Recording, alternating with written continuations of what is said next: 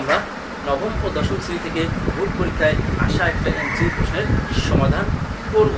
আমাদের এই প্রশ্নে কি বলছে, পি কিউ আর তিনটি ক্রমিক সমানুপাতিক রাশি হলে নিচের কোনটি সঠিক।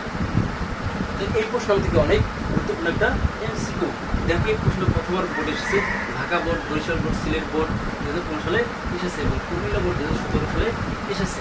তখন এই এমসিকিউটা আমরা কীভাবে নির্ণয় করতে পারি, বলছে এই তিনটা রাশি কী হবে, ক্রমিক সমানুপাত হবে। তিনটা রাশি কখন ক্রমিক সমানুপাত হয় দেখো, আমরা দেখি ঠিক আছে, P divided Q equal Q divided R. যখন কি এরকম হবে তখন আমরা সেটাকে বলতে পারবো কি ক্রমিক সমানুপাত। আর দেখো আমরা কি আর আরে গুণ করি, কী করবো আমরা আর আরে গুণ করবো, পি আর কিউ গুণ হবে, পি আর আর গুণ হবে, কিউ আর কি কিউ গুণ হবে। তো কিউ আর কিউ আমরা এসে গুণ করি,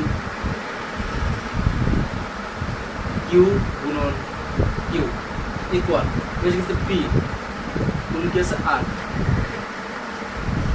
বা পি গুণগুলো কি পি বা, তো কিউ আর কিউ গুণগুলো কি Q square equal P R. তাহলে আমাদের অ্যান্সার কি হবে, Q square equal P R. কোন অপশন আছে আমরা দেখো, খ নম্বর অপশন আছে। তোমাদের অ্যান্সার কি খ নম্বরটা।